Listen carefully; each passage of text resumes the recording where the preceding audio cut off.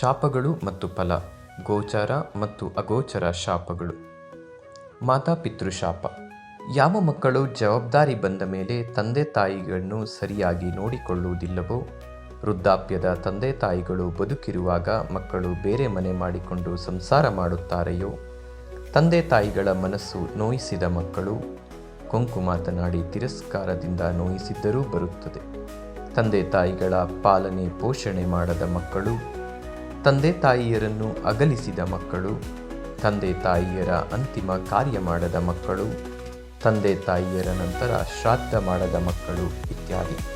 ಇವೆಲ್ಲವೂ ಮಾತಾಪಿತೃಶಾಪ ಎಂದು ಕರೆಯುತ್ತೇವೆ.